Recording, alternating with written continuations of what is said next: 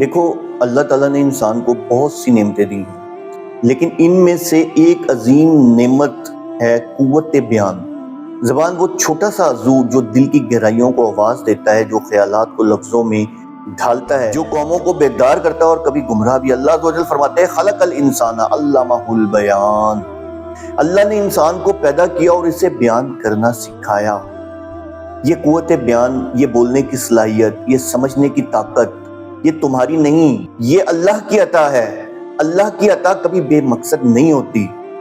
سوچو ذرا، اگر تمہیں وہ تاثیر دی گئی ہے کہ تمہارے لفظ دلوں کو چھو لیں، تمہارے جملے لوگوں کو سوچنے پر مجبور کر دیں، تمہاری باتوں سے کوئی آنسو بہا دے، تو کیا یہ صلاحیت صرف پیسے کمانے کے لیے ہے، یا کسی پلیٹ فارم پر فالوورز بڑھانے کے لیے ہے، یا اپنی لیڈری چمکانے کے لیے ہے؟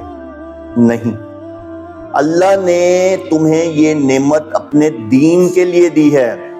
جیسے توپ سے مکھی نہیں ماری جاتی، توپ ایک بڑی چیز ہے، وہ چھوٹے کام کے لیے نہیں بنتی، اسی طرح تمہاری زبان، تمہارا بیان، تمہارا اثر یہ کسی معمولی کام کے لیے نہیں دیا گیا۔ قرآن کے الفاظ یاد کرو، ادعو الی سبیل ربک بالحکمۃ والموعظۃ الحسنہ، اپنے رب کے راستے کی طرف بلاؤ دانائی اور خوبصورت نصیحت کے ساتھ۔ یعنی تمہاری زبان کا اصل مقصد یہی ہے کہ وہ دعوت کا ذریعہ بنے، لوگوں کو رب سے جوڑنے کا وسیلہ بنے، ان کے دلوں کے پردے ہٹا دے۔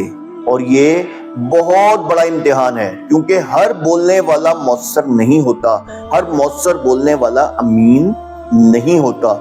تم جس قوت کے مالک ہو وہ ایک امانت ہے، اور امانت کا حق یہ ہے کہ اسے اس کے اصل مصرف میں استعمال کیا جائے۔ اللہ عز و جل قرآن پاک میں فرماتے ہیں ہم نے امانت کو آسمانوں، زمین اور پہاڑوں پر پیش کیا، تو انہوں نے اسے اٹھانے سے انکار کیا اور اس سے ڈر گئے، لیکن انسان نے اسے اٹھا لیا۔ جب تم بولتے ہو تم صرف الفاظ نہیں بولتے، تم ایک امانت ادا کر رہے ہوتے ہو۔ تمہارا ہر لفظ یا تو لوگوں کو اللہ کے قریب کرے گا یا ان سے دور، تمہارا بیان یا تو روشنی بنے گا یا گمراہی۔ لہٰذا اپنی قوت بیان کو قرآن کے لیے وقف کر دو، اس کتاب ہدایت کے لیے جو اندھیروں میں روشنی ہے، جو غفلت میں جگانے والی ہے، جو دلوں کو زندہ کرتی ہے۔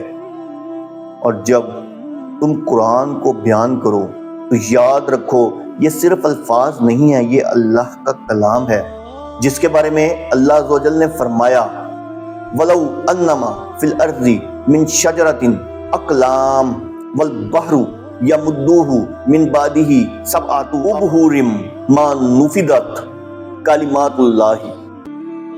اگر زمین کے تمام درخت قلم بن جائیں اور سمندر سیاہی، اور ان کے بعد 7 سمندر اور ہوں، تب بھی اللہ کے کلمات ختم نہ ہوں گے۔ تو سوچو، تمہیں جس کلام کو بیان کرنے کا موقع ملا ہے وہ کتنا عظیم ہے۔ لہٰذا اپنے الفاظ، اپنی آواز، اپنی صلاحیت سب کو قرآن کے لیے وقف کر دو، لوگوں کے دلوں میں اجالا کرو، نہ کہ اپنے نام کا شور۔ کیونکہ یاد رکھو، دن آئے گا جب تم سے پوچھا جائے گا کہ تم نے اپنی زبان کہاں استعمال کی، اور اس دن وہی کامیاب ہوگا جس نے کہا ہوگا اے اللہ میں نے تیری نعمت کو تیرے دین کے کام میں لگا دیا۔ تو قرآن کو لوگوں تک پہنچائیں، اس کا ترجمہ بتائیں، لوگوں کو قرآن کی دعوت دیں۔